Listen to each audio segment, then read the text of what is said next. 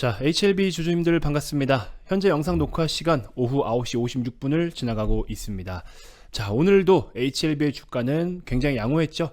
장중한 때 고점 12%대까지 상승이 나타나면서 86,200원의 고점을 찍었습니다. 지금 현재 나타나고 있는 이 상승 추세는 그래도 하한가를 때려맞기 직전 라인인 요런 구간까지 대략적으로 가격적으로는 94,500원 수준까지는 그래도 좀 무난하게 올라올 수 있지 않겠는가 하는 생각을 여러분들께 말씀을 드렸었죠. 왜냐면 이제 와서 결과론적이긴 하지만 어쨌든 하한가를 때려맞았던 두 번이나 때려맞았던 요 이유가 지금에 와서 보면 아무것도 아니었기 때문에 다소 억울한 하락이 회복되는 자연스러운 과정이다라고 말씀을 드렸습니다. 자, 그래서 제가 HLB 투자 전략서를 직접 작성해서 여러분들께 다 보내드렸었는데 그 당시에 처음 말씀드린 게 5만원 밑에서는 물타기를 하셔도 좋다. 그리고 FDA 미팅 앞두고 그 FDA 미팅이라는 기대감 때문에 75,000원 부분까지 오를 수 있다라고 충분히 설명 다 드렸어요. 그리고 나서 이제 미국 10년물 국채금리가 변동성을 나타내면서 주가가 빠졌지만 이거는 우리가 어떻게 할 수 있는 영역이 아니죠.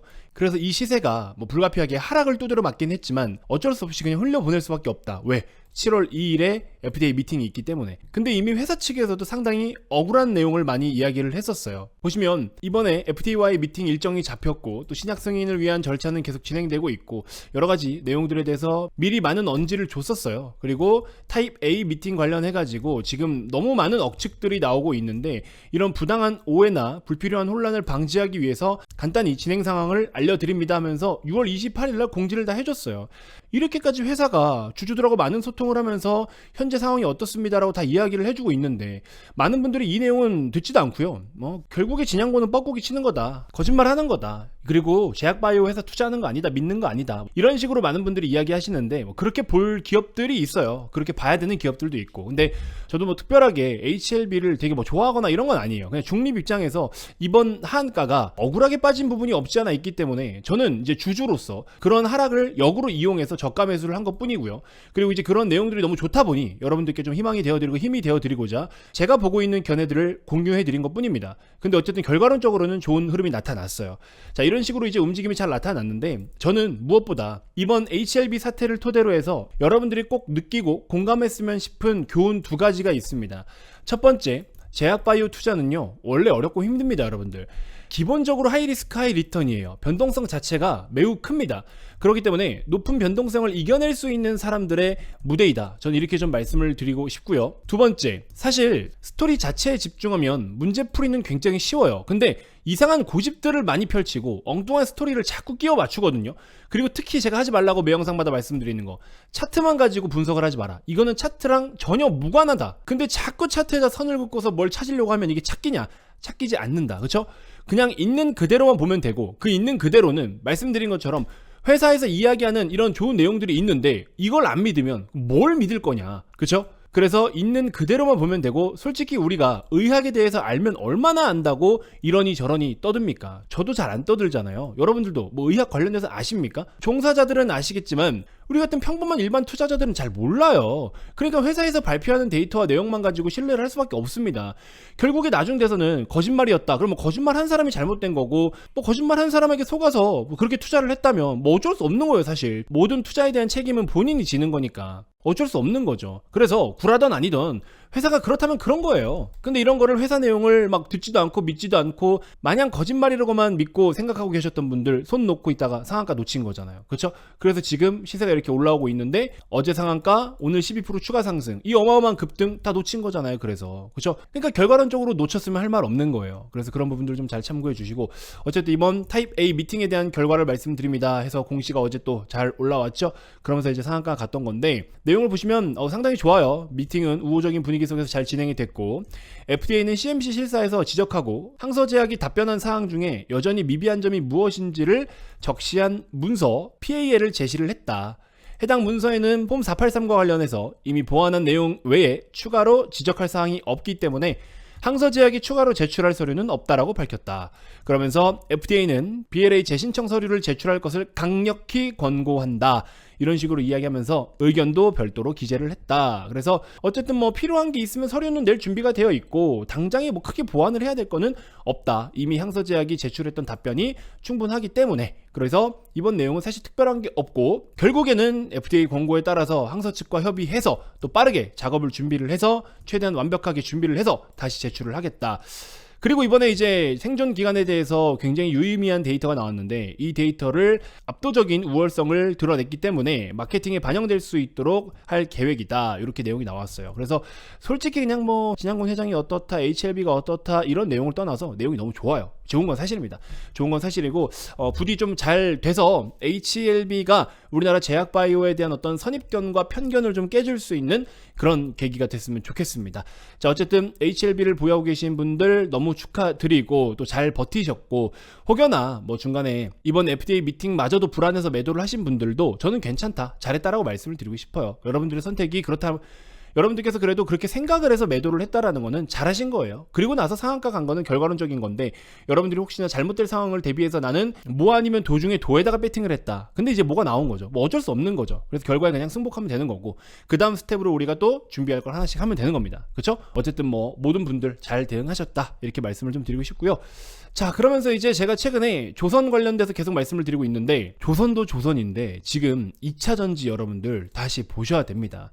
제가 계속 말씀드리죠. 반도체, 전력 인프라, 전력 설비, 변압기, 전선 케이블, 화장품, 음식료 이런 거 사지 마라. 그거는 지금 가진 자들의 영역이고 여러분들은 지금 신규로 편입을 하려고 하거든 사면 안 된다라고 말씀을 드리고 있어요. 그래서 업황 자체가 굉장히 좋은 역대급 호황 사이클이 온 조선주들을 사야 된다라고 말씀을 드리고 있고 제가 순차적으로 문자를 계속 보내드리고 있어요. 좀 전까지도 발송을 드렸는데 아직도 다 발송을 못 드렸습니다. 여러분들 죄송하지만 순차적으로 연락을 드리니까 아직 신청 안 하신 분들은 아마 내일이 마지막일 것 같아요. 조선업도 왜 호황인지에 대해서 여러분들께 설명을 드렸죠. 기본적으로 SCFI, 운임, 해운, 상하이 컨테이너 운임 지수와 BDI 지수 이러한 운임 지표들이 지금 굉장히 좋습니다. 계속 상승세를 보이고 있고요. 항공물류 운임 지수도 계속 치솟고 있습니다. 운임이 오른다라는 거는 항공사라든지 해운사들이 돈을 법니다. 그럼 예를 들어 해운사들이 돈을 벌면 얘네들이 이제 번 돈으로 어디다 투자를 합니까? 배를 교체하거나 중고 선박을 새로 업그레이드 하려고 투자를 합니다. 그럼 선박에다 투자를 하잖아요. 이게 그럼 누가 제조해요? 조선사들이 제조를 하잖아요. 조선사. 그래서 조선업 같은 경우에는 제가 지난번에도 그래프를 좀 보여드렸지만 자, 보시는 바와 같이 막대 그래프를 보세요. 이게 이익이 플러스인 구간, 이익이 마이너스 구간, 여기도 적자 구간, 여기 지금 다시 흑자죠. 올라오죠. 지금 보시면 2024, 25 흑자로 올라오기 시작했습니다. 당연히 올라오죠. 이번 주만 하더라도 삼성중공업의 하나오션의 현대미포조선 막 이런 애들 지금 이번 주만 수주가 거의 4조 원대 가까이가 돼요. 계속 수주가 들어차고 있습니다. 수주라는 건 뭐예요? 결국에 여러분들 기업의 실적으로 반영이 됩니다. 조선업이 지금 수주가 들어오죠. 어떤 식으로 들어가느냐? 계약금 1차로 받습니다. 2차로 중도금을 받고요. 마지막에 이제 물에 띄울 때 잔금을 받습니다. 그러면 결국에 수주가 차근차근 이제 실적으로 넘어간다라는 거예요. 기업의 적정 주가는 어떻게 구합니까? EPS 곱하기 PER이에요, 여러분들. 그쵸? 기본적으로 이익 곱하기 멀티플, 이익 승수죠. 그래서 얼마를 벌고 여기에다가 멀티플 몇 배를 주느냐 해야 적정 주가가 나옵니다. 그러면 기본적으로 지금 이 숫자도 올라가고 이 숫자도 올라가면 어떻게 돼요? 그럼 주가는 뭐 많이 날아가겠죠. 근데 일단 기본적으로 이익에 대한 절대값이 올라갈 수 있는 시점이 왔기 때문에 그래서 지금은 조선업을 무조건 투자를 하셔야 된다. 그리고 지금 여러분들께 문자로 보내드리고 있는 종목이 이익도 좋아지지만 말씀드린 곱하기 PER 같은 경우에는 해석할 수 있는 게 좀 상당히 많은데 좀 더 프리미엄을 받는 그런 기업들이 있어요. 예를 들어 이거죠. 똑같이 배를 만들어 선박을 만드는데 누구는 선박을 만들면서 엔진 사업도 같이 하고 있고 방산도 같이 하고 있고 이렇게 뭔가 다른 애들보다는 좀 더 특별한 일을 많이 해. 그러면서 더불어 뭐 예를 들어 미국 시장에다가 방산 함정을 직접 수출할 수 있는 기회가 또 열려. 다른 애들은 그냥 일반 물류 회사에다가 배를 만들어서 파는 것밖에 안 하는데 얘는 이렇게 물류 회사의 배를 만들기도 하지만 군사 무기까지 만들어. 군사 무기를 만들면 여기에 플러스 MRO라 그래서 유지 보수 관리 비용까지 같이 이익이 잡힙니다. 보통 우리나라 군사 무기 기준으로 했을 때 30년 동안 판매했던 군사 무기가 예를 들어 1조 원이다.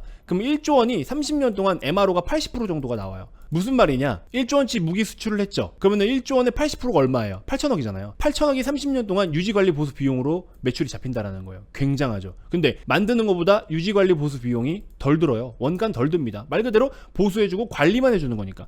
특별하게 부품을 바꾼다거나 이런 거는 당연히 비용을 지불하잖아. 기본적인 유지 보수 관리 비용만 30년 동안 80%가 잡혀요. 그러니까 이게 방산 사업이 수출을 했을 때 국내에서는 마진을 2, 3%밖에 못 내던 게 수출을 하면서 7, 8% 많게는 9%까지도 이익을 내요. 마진율 자체도 두세 배 이상 훨씬 뛰지만 돈도 많이 벌면서 MRO에 대한 거 그리고 또 환차익, 달러가 지금 비싸잖아요. 이런 것들, 이 모든 것들을 다 누린다. 그래서 방산도 너무나 좋고 방산도 시장을 주도해 왔죠. 근데 이제 그 다음 스텝으로 어디야? 조선. 함정 같은 경우에는 아직까지 수출을 제대로 못하고 있거든요. 이 수출의 길이 지금 열려 있습니다. 2, 3년 전만 하더라도 우리나라 뭐 K2 전차, K9 자주포, 레드백 장갑차 이런 거 수출 못했잖아요. 군사 유도무기 같은 것들도 수출 잘 못했어. 근데 지금 어떻게? 완전 호황이죠. 폴란드 같은 데 와서 공장 지어서 거기서 생산해달라고 하죠. 수출을 하면서 우리나라 방산 기업들이 어마어마한 돈을 벌고 굉장히 호황을 맞이하고 있죠. 그래서 주가도 상당히 많이 올랐잖아요. LIG 넥스원 같은 종목들 한번 보세요. 주가 엄청나죠. 저도 공식적으로 이런 종목들을 추천을 다 해드렸던 종목이에요. LIG 넥스원도 보시면 2023년 10월 16일 기준으로 LIG 넥스원 9만원 이하에서 1차 매수하셔라. 2차는 8만 3천원 부근에서 매수하셔라. 근데 지금 얼마 와 있어요? 23만원 찍고서 19만 8천원 와 있죠. 어마어마한 상승입니다. 그쵸? 8, 9만원 때부터 시작해서 지금 2배 이상의 수익이 난 거예요. 원래 제가 이런 투자를 좋아해요. 왜냐면 이런 중간중간 나타나는 변동성 어떻게 다 신경 써? 스트레스 받잖아. 근데 이익이 절대적으로 높아지는 거. 아까 말씀드린 EPS 곱하기 PER이라는 공식. 이게 둘 다 좋아질 수 있는 거. 얘도 올라가고 얘도 올라가면 적정 주가는 너무 많이 뛰지. 너무 좋지. 그쵸? 이 공식을 잊지 마세요. 여러분들 주가 함수는 실적입니다. 기본적으로 이 공식에 있어서 EPS 올라가고 PER 올라갈 수 있는 종목만 요것만 고르면 돈 다 벌어요. 여러분들 보통 PER이 낮은 주식 사야 된다고 생각하시죠? PER이 낮다라는 거는 지금 현재 걔가 돈을 잘 벌고 있다라는 거예요. 앞으로 PER이 낮아질 수 있는 거 물론 그것도 앞으로 돈을 잘 벌 수 있어요. 근데 PER이 이 멀티플이 순간적으로 다른 기업들 대비해서 동종업계 대비해서 조금 더 프리미엄을 받는 기업인가 아닌가를 따져보시면 굉장한 매력이 있습니다. PER이 동종업계가 예를 들어 뭐 3배, 5배를 받아. 그럼 얘네들은 밸류가 너무 싸다라고 이야기를 해요. 근데 5배를 받지만 다른 기업들에 비해서 얘는 30% 정도 더 받아야 돼. 그래서 한 6.5배까지 받는데 이런 종목들도 싸지만 프리미엄을 받기 때문에 주가가 훨씬 더 압도적으로 잘 올라갑니다. 이런 기본적인 이론을 아셔야 돼요, 여러분들. 근데 지금도 이해 안 되시는 분들 많으시죠? 그러니까 공부를 하셔야 되는 거예요. 주식이 쉬운 줄 알았죠? 이런 공식을 가지고 투자해도 어려운 건데 차트에 선 긋고 그게 돼요, 안 돼요? 이거 가지고 이익이 얼마인지 계산돼요, 안 돼요? 안 되죠. 기업의 적정 주가 밸류에이션이라는 거는 그렇게 구하는 거예요. 근데 이런 공식도 모르면서 선을 그어가지고 이걸 타점을 잡고 어쩌고 이게 말이 안 된다는 거야. 그러니까 내가 자꾸 차티스트를 욕하는 거예요. 완전 초단타 단타꾼들 말고서는. 자, 어쨌든 그래서 지금 조선, 방산, 해운 무조건 사야 돼. 이건 이미 깔려 있는 거예요. 왜? 수주 계속 들어와. 조선도 지금 3년치 수주 꽉 찼지. 운임지수 계속 올라가고 있지. 운임이 올라간다는 건 그만큼 돈을 번다는 소리잖아. 2차전지 같은 경우에 안 그랬어요? 리튬 가격 계속 올라가니까 계속 돈 벌었잖아요. 보세요. 리튬 가격 계속 오르니까 리튬 가격하고 연동돼서 2차전지 기업들 어떻게 했어? 재고자산 평가 이익이 계속 늘어나고 심지어 달러도 올라가니까는 달러에 대한 환차익도 보고 신규 수주 막 10년치 40조 원 막 들어오고 이러면서 막 수주 들어와. 리튬 가격 뛰어. 재고자산 평가이익이 늘어나. 막 그러니까 주가가 미친 듯이 올라가는 거지. 뭐 그냥 조금만 하면 어닝 서프라이즈야. 근데 그러다가 이제 반대 상황이잖아. 수요 줄어들어. 재고자산 평가 손실에 리튬 가격 빠져. 그러니까 다 빠그러진 거지. 그래서 지금 이제 요만큼까지 왔잖아요. 이거 손익분기점도 위험해요. BEP가 손익분기점이라고 하거든요. 지금 이것도 위험해. 근데 중요한 건 지금 현재 위치로부터 2차전지가 많이 박살나 있는데 갑자기 호재가 하나씩 생기고 있다는 거죠. 이 포인트를 꼭 놓치면 안 됩니다. 삼성 SDI 1조 잭팟, 중국이 장악한 시장에서 대반격을 보여주고 있다. 역대 최대 ESS 배터리 공급, 북미 전체 용량의 12% 규모. 잘 보세요, 여러분들. 영상 끄지 말고 끝까지 한번 잘 보세요. 제가 여러분들께 투자 전략서라는 리포트를 직접 제가 써서 여러분들께 드린 적이 있어요. 자, 이렇게 해서 리포트를 제가 5월 30일자 기준으로 50명 한정 배포를 해드린 적이 있거든요. 인공지능 AI 파생 모멘텀, 에너지 섹터의 차기 주도주는 이렇게 했어요. 여기 밑에 보시면 소프트웨어 강세 흐름 보였죠. 이게 챗 GPT가 처음에 출시되고 나서부터 강세 흐름 보였어요. 그리고 이제 반도체 지금까지도 강세죠. 엔비디아 중심으로 하이닉스라든지 뭐 삼성전자 요즘에 많이 올라오고 있고, 그러면서 전력 인프라 설비 이쪽, 그 다음에 전선 케이블, 여기는 뭐 HD 현대일렉트릭, LS일렉트릭, 재룡전기 이런 기업들, 전선 케이블, 대원전선, 대한전선, 가온전선 등등 이런 애들 많이 올라왔죠. 그리고 에너지 원전 최근에 조금 호재 붙다가 체코 원전 빠그라질 것 같아가지고 주가 다시 빠지고 있죠. 풍력 태양광도 봐야 되는데 아직까지는 수급이 많이 붙고 있진 않지만 최근에 태양광 조금씩 올라오고 있죠. 그러면 결국에 풍력과 태양광과 같이 움직이는 게 뭐야? ESS다. 여기 보시면 추정 ESS. 이 ESS가 두 가지의 경로가 있다라 말씀을 드렸죠. 첫 번째는 뭐예요? 리사이클링. 재활용을 말하죠. 전기차에 들어갔던 배터리가 배터리 수명이 80%까지만 떨어져도 전기차에선 사용이 안 돼요. 근데 수명이 80%잖아. 그럼 이거 어디로 가? ESS로 간다라는 거예요. 그래서 ESS는 리사이클링 수요로도 많이 보충이 될 수 있고, 그 다음에 이거에 대한 두 번째 뭐라 말씀드렸죠? 지금 당장 즉각 필요하면 배터리 셀 기업들, 배터리 기업들이 그냥 납품하면 돼요. 근데 이거를 테슬라가 이번에 압도적으로 엄청난 설치를 했죠. 왜? 중국에 LFP 배터리가 남아 돌아가지고 그걸 싼 값에 다 사들인 다음에 얘네 슈퍼차저 있잖아요. 충전소. 뭐 태양광 같은 거 패널 설치해서 그걸로 에너지를 생산한 다음에 ESS에 저장했다가 돈 받고 전기 팔아가지고 고속 충전하는 거잖아요. 그래서 ESS를 이번에 이빠이 설치했단 말이야. 작년 대비해서 2배 이상을 설치했어요. 그러니까 결국에 EV 쪽으로만 들어가는 배터리를 생각하면 안 된다. ESS도 같이 고려를 해봐야 되는데, 그게 지금 제가 미리 예견해드린 내용이 역대 최대 ESS 배터리 공급 떴잖아요. 북미 전체 용량의 12% 규모, 이런 식으로 내용이 지금 나오고 있고, 그리고 LG 엔솔도 르노의 LFP 배터리 공급 계약. 우리나라는 지금 어떤 배터리를 잘해요? 원래는 3원계 배터리, NCM, 뭐 NCMA 아니면 NCA 등등 3원계 배터리를 메인으로 하고 있죠. 이게 우리나라 전세계 탑급 기술이잖아요. 근데 이제 LFP는 중국이 사실은 잘 하는데 어차피 중국 기업들이 한국에 못 들어가고, 그러면서 이제 LG 엔솔이 또 자차적인 플랫폼도 있잖아요. 그 플랫폼에다가 또 이렇게 배터리를 탑재할 수 있게끔 플랫폼 쉐어링하는 비용도 또 받고 있고, 어쨌든 여러 가지로. 그래서 이제 그런 강점들이 있고, LFP에 대한 기술도 사실은 한국이 더 좋아요. 이 LFP가 뭐예요, 여러분들? 리튬 인산철이잖아요. 리튬 인산철. 글씨 죄송해요, 마우스를 쓰고 있어요. 리튬 인산철 배터리인데 중국에서 만든 LFP는요, 겨울에 날씨가 추우면은 성능이 마이너스 50%로 떨어져요.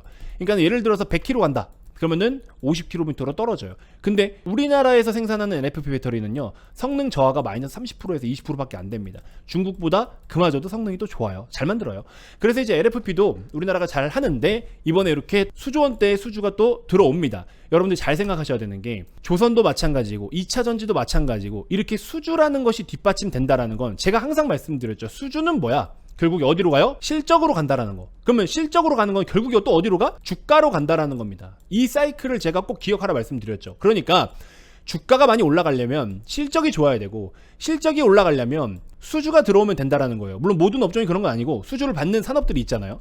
근데 지금 대표적으로 2차 전지도 수주 산업, 조선도 수주 산업. 근데 얘네가 지금 수주가 계속 들어와. 기사 지금 다시 떠. 2차 전지가 안 그래도 지금 바닥에서 너무 저렴한데 이렇게 모멘텀이 받쳐줘. 단순 기술적 반등이 아니라 이런 식으로 재료를 동반하고 실적에 직접적으로 연관성이 생길 수 있는 내용을 가지고 올라오고 있잖아요. 사야 돼요, 안 사야 돼요? 사야 되죠. 근데 사람들이 안 쳐다봐. 왜? 제가 매번 말씀드리잖아. 여러분들은 오른 종목만 관심을 가져요. 오른 종목. 그게 아니라 지금부터 여러분들이 돈 벌려면 오를 종목을 사라고 했잖아요. 오를 종목. 근데 여러분들은 오른 종목을 산다고. 이게 문제라고. 시선을 바꾸시라고요. 오를 종목으로. 언제까지 이 얘기를 해야 됩니까? 이건 주식 투자의 기본이잖아요. 근데 왜 이거를 자꾸 안 지키시냐라는 거죠. HLB를 고점에 사가지고 물렸다가 지금 간신히 빠져나올랑 말랑 하시는 분들, 솔직히 말하면 반성하셔야 돼요. 장기 관점으로 HLB에 대한 가치를 보고 투자하시는 분들은 뭐 존중합니다.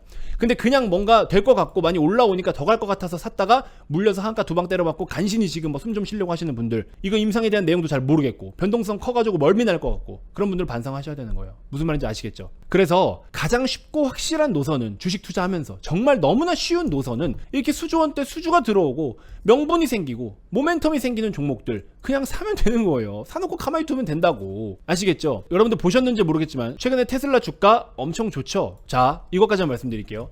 우리나라 반도체, 삼성전자, 하이닉스 움직임 좋을 때 뭐가 움직였어요? 미국장에서 엔비디아 움직였죠? 엔비디아 주가가 강해서 우리나라 하이닉스나 한미반도체도 강했어요. 그 다음에 미국에서 화장품 기업 엘프뷰티가 강세를 보일 때 우리나라 뭐가 갔죠? 뭐 실리콘투라든지 이런 종목들이 또 급등 같이 나왔어요. 그리고 또 뭐가 있을까요? 원전, 뉴스케일 파워, 미국의 뉴스케일 파워가 강세 흐름을 보이니까 우리나라의 두산 에너빌리티도 같이 강세 흐름이 나타났었어요. 자, 그리고 미국장에서 또 썬런이라든지 퍼스트 솔라 이런 기업들, 신재생 쪽 에너지, 얘네들이 움직이니까 우리나라 태양광 기업들도 현대에너지 솔루션, 뭐 하나솔루션 등등 바닥에서 또 주가 급등 나오기 시작해요. 자, 연관성이 어때? 다 똑같잖아. 미국에서 오르고 따라올라, 미국에서 오르고 따라올라, 미국에서 오르고 따라올라, 미국에서 오르고 따라올라. 다 똑같네요. 그럼 지금 뭐야? 테슬라 주가 움직이니까 심지어 보여드린 것처럼 이렇게 내용들이 다 있네? 명분이 있네? 그냥 오르는 거 아니네? 기술적 반등 아니네? 차량 인도량도 이번에 서프라이즈 나왔죠? 차 잘 파네? 전기차 침체 아니네? 거기에 ESS라는 모멘텀까지 붙어주네? 리튬 가격이 빠진 건 빠진 거고, 리튬 가격이 지금부터는 뭐 크게 안 오르더라도 수요 회복에 대한 기대를 하지 말고, 이미 전기차 수요도 좋고 ESS 수요도 좋아요.